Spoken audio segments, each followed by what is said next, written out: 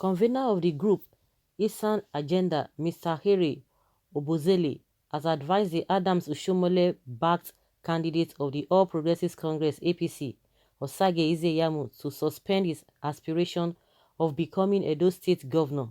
In order to save him the humiliation Isa people have reserved for the sacked APC national chairman. Oboseki, who spoke to journalists in Benin City, the Edo State capital, on Tuesday, said the odds against the APC candidate increased the moment the sacked APC national chairman threw his weight behind him. According to him, for Esan people, this election is first about a governor that has worked so hard and in the people's estimation deserves a second term in office. Beyond Governor Godwin Obaseki's second term ticket, which Obaseki will get without much ado come September 19, 2020. This election is also about the redemption of Esan people from the series of humiliation meted on us by Oshomole. He added, "This is the Esan consensus. Nothing will change this. After relegating and humiliating Esan people for the 8 years he was governor, Oshomole set up a structure that he designed to relegate us to political irrelevance in the state, and that will ensure an Esan man or woman never gets even a deputy governorship position in another 16 years by pairing Obaseki with Right Honorable Comrade Philip Shaibu." When he realized that Obaseki and Shaibu couldn't be used to accomplish his hate-laced plan, Oshomole chose Gani Audu as running mate to the current APC governorship candidate.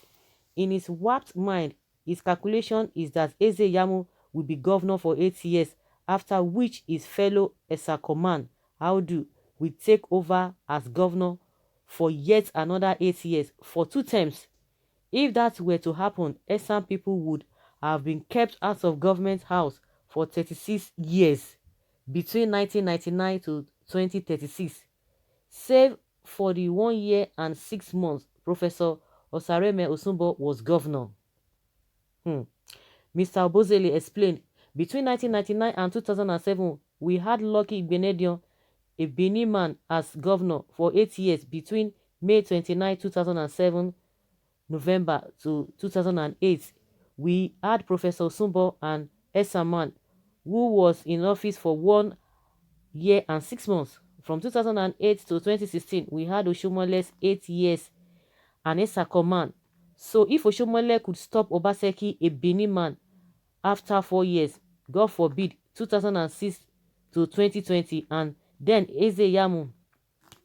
Ize Iyamu, a Benin man, for 8 years, that is 2020 to 2028, and Gani Audu and Esakoman for 8 years, 2028 to 2036, the Eastern people would have been relegated politically beyond redemption for 36 years out of the 37 years and some months of our return to democracy, that is 1999 to 2036. By 2036, Gani Audu would have completed Oshomole's anti-Esan political calendar for Edo State and perhaps his first cycle of inexplicable hatred for Esan people, yet he denies being a godfather. The Esan Agenda convener added, "In fact, to think that Esan people gave him their daughter as the first wife even mystify things for us Esan people. We do not know where his hatred for us is coming from. Well, that matter is for another day. With Obaseki in the saddle, Esan people have seen redemption from Oshiomole'S shenanigans, and we will do everything to snatch this opportunity which Obaseki's second term has given us." So in summary, Obaseki's second term is by way of expression a liberation move for Esan people, because after him we will produce the governor. Also very important to us is Oshiomole'S desecration of our long-held traditions and customs. He dethroned and humiliated our Onogie of Uromi, and we will use the lifetime opportunity given to us at the polls to dethrone and humiliate him and his candidate on election day. Again, it was Obaseki who took that terrible insult, shame, and humiliation away from our faces. The least we owe Obaseki in this election is for all Esan sons and daughters to go to the polls and vote against APC candidates and his godfather.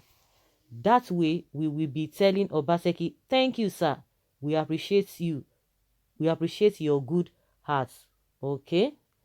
I think the offense of Oshomole here is that he dethroned their royal father, and he said Ize Iyamu will pay for that. And again, the marginalization of Esan people, because from these people now, they are calculating on how their people will be there too, and things will be okay for them. I believe that anybody can be governor, anybody can be president, but just the way we have started this whole thing, oh, it has to be regional, it has to be this group, it has to be the other group, oh, after this one, after this one, that one.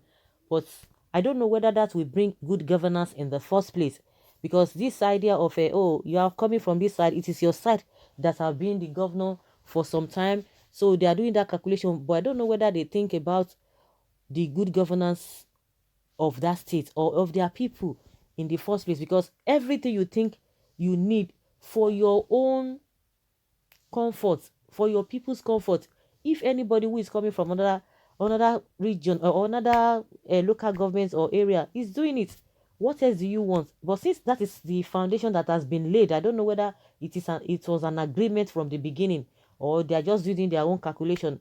To me, it's neither here nor there. But if that is how they have planned it, good and fine.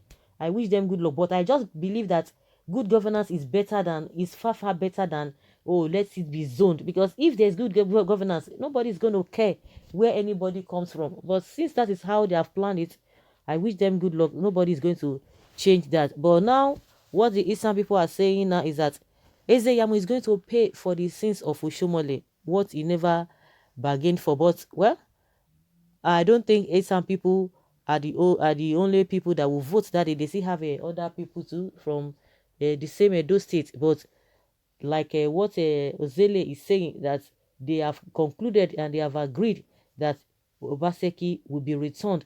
And I believe, I wouldn't know whether maybe Philip Shaibu is from Esan.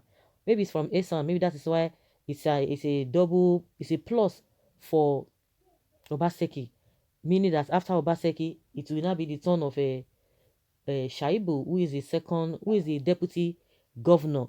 But I don't know whether it's from there. But from the way they are speaking, they are talking, it seems Shaibu is from Esan. Well, let's see how it's going to go, because some people will tell you, oh, that they don't have electoral value. You know, when people want to downplay you, they say, oh, this one does not have electoral value. Let him go and sit down. Let her go and sit down. You know, that is how they usually say. Okay. Now, so Jare Esa, oh, oye, Esa, oye, okay. I don't know, they're speaking their language there. Obaseki will win and it's not negotiable. Edo no be Oshiomole'S personal property. Chief Tony and any marginalized the Asians. No single legacy in Isha land for over 30 years. He was in the corridors of power. Even the road to his house was tarred by Oshomole. With just a few years in politics, Aihomu secured Irua Teaching Hospital for the people. Much earlier, Enaoro gave Esan land, water, which Aneni could not sustain. I wonder how Oshomole marginalized the Ishans, okay? Think twice. If Oshomole failed now, you begin to blame APC again. So everything is just a calculations and permutations. What of if he wins? What of if he fails?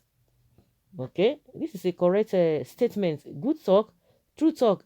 Anywhere Obaseki go, we go follow. Esan people are not ungrateful people. True talk. Anywhere, okay, still saying the same thing. Well, just like I said, let us wait till the 19th of September to see who is going to get what. That is the most important thing. They said they are going to wait for Obaseki that is going to win. Ize Iyamu is going to pay for the sin of Oshomole for all the things he has done. So guys, let's hear your opinion. Leave your comment below in the comment section and let's have your take on this issue. Thank you.